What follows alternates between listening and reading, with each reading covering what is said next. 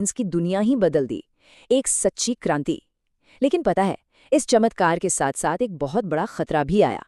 तो चलिए आज इसी दवा की जबरदस्त कहानी में चलते हैं, जिसने लाखों जानें बचाईं पर साथ ही एक नई जंग भी छेड़ दी। जरा एक पल के लिए सोचिए, एक ऐसी दुनिया जहां बस कागज से उंगली कट जाए और वो जानलेवा हो सकता है। सुनने में अजीब लगता है ना? पर पेनिसिलिन से पहले यही हकीकत थी। छोटे से छोटा इन्फेक्शन भी मौत का बुलावा बन जाता था और डॉक्टर बस बेबस होकर देखते रह जाते थे। तो सबसे पहले हम उसी दौर में चलते हैं, एक ऐसी दुनिया जहां इलाज मौजूद ही नहीं थे। देखिए, ऐसा नहीं था कि लोगों को कुछ पता ही नहीं था। सदियों से, मतलब 1640 से लेकर 1897 तक साइंटिस्ट ये देख रहे थे कि अरे, ये जो फफूंद है इसमें कुछ तो बात है, ये बैक्टीरिया को मार देती है। लेकिन वो कुछ क्या था, वो जादुई चीज क्या थी जो ये कमाल कर रही थी, ये किसी को नहीं पता था। तो खोज तो चल रही थी, पर बहुत ही धीमी रफ्तार से। और फिर, जैसा कि कई महान खोजों के साथ होता है, सब कुछ बदला एक खुशकिस्मत एक्सीडेंट से। साल था 1928। एक स्कॉटिश डॉक्टर थे, अलेक्जेंडर फ्लेमिंग।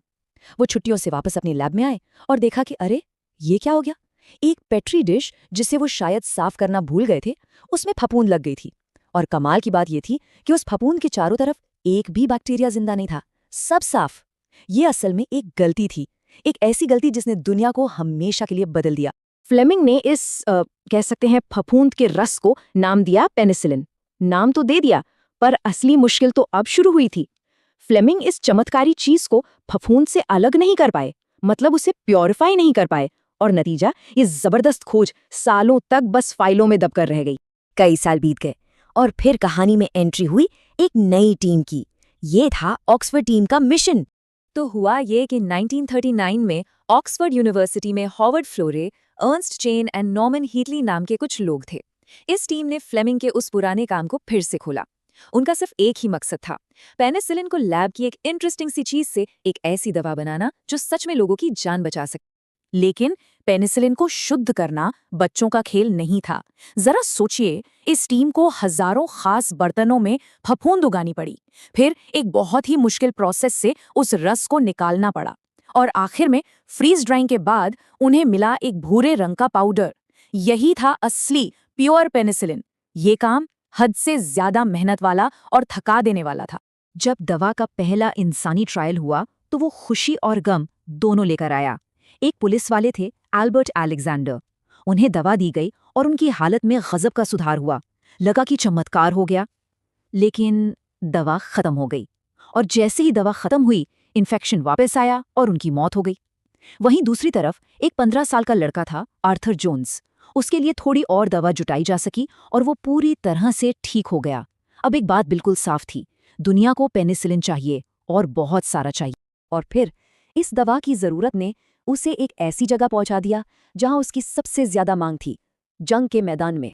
अब देखिए, उस वक्त चल रहा था दूसरा विश्व युद्ध। ब्रिटेन पर बम बरस रहे थे, तो वहां बड़े पैमाने पर प्रोडक्शन करना नामुमकिन था। तो 1941 में फ्लोरे और हीटली ने एक बड़ा कदम उठाया। वो इस कीमती फफूंद को लेकर अमेरिका चले गए। और पता है कैसे ले गए? उन्होंने फफूंद के सैंपल्स अपनी कोट की जेबों में मल लिए थे, ताकि अगर कुछ हो भी जाए तो ये खोज बच जाए। यहीं से शुरू हुआ एक ऐतिहासिक यूके-यूएस कोलैबोरेशन। और अमेरिका में एक बहुत बड़ी कामयाबी हाथ लगी। रिसर्चर्स ने फफूंद को उगाने वाले लिक्विड में मक्के की इंडस्ट्री से निकलने वाला एक वेस्ट प्रोडक्ट मिलाया, जिसे कॉर्न स्टीप लिकर कहते हैं। और नतीजा, पेनिसिलिन का प्रोडक्शन सीधा 10 गुना बढ़ गया। ये सच में एक गेम चेंजर। और फिर किस्मत देखिए, पेनिसिलिन का सबसे पावरफुल स्ट्रेन, मतलब सबसे असरदार किस्म कहाँ मिली? किसी हाईटेक लैब में नहीं, बल्कि बाजार में पड़े एक सड़े हुए खरबूजे पर। मजेदार है ना?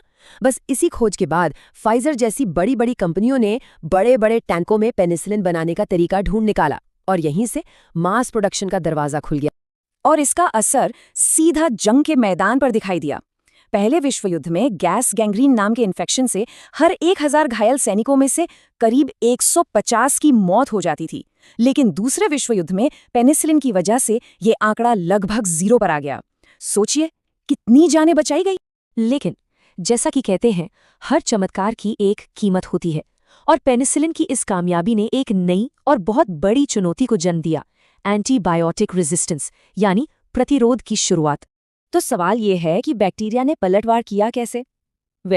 उन्होंने अपना एक खुद का हथियार बना लिया, एक खास तरह का एंजाइम जिसका नाम है बीटा लैक्टमेस। ये एंजाइम क्या करता है? ये सीधा पेनिसिलिन के सबसे जरूरी हिस्से, उसकी कोर स्ट्रक्चर पर हमला करता है और उसे तोड़ देता है। बस दवा बेअसर। और ये बैक्टीरिया बड़े चालाक होते हैं, वो सिर्फ एक ही तरीके से नहीं लड़ते। कुछ बैक्टीरिया तो दवा को अपने अंदर घुसने ही नहीं देते। कुछ इतने स्मार्ट होते हैं कि अपने शरीर के उस हिस्से को ही बदल लेते हैं जहां दवा को चिपकना होता है, और कई, जैसा हमने देखा, वो तो सीधा दवा को ही तबाह कर देते हैं। और जानते हैं सबसे हैरान करने वाली बात क्या है? जिसने पेनिसिलिन को खोजा उसी ने इस खतरे की भविष्यवाणी भी कर दी थी। हाँ, खुद अलेक्जेंडर फ्लेमिंग ने 1945 में ही चेतावनी दे दी थी। उन्होंने कहा था कि एक दिन जब ये दवा हर किसी के लिए उपलब्ध होगी तो लोग इसका गलत इस्तेमाल करेंगे, कम डोज लेंगे, और इससे बैक्टीरिया को इस दवा के खिलाफ और भी मजबूत होने का मौका मिल जाएगा। और आज उनकी वो बात एक डरावनी हकीकत बन चुकी है। तो पेनिसिलिन की कहानी एक तरफ तो एक चमत्कार है और दूसरी तरफ एक बहुत बड़ी चेतावनी। इसने हमें एक जबरदस्त हथियार तो दिया, पर साथ ही ये भी सिखाया कि अपने दुश्मन यानी बैक्टीरिया को कभी भी कमजोर नहीं समझना चाहिए।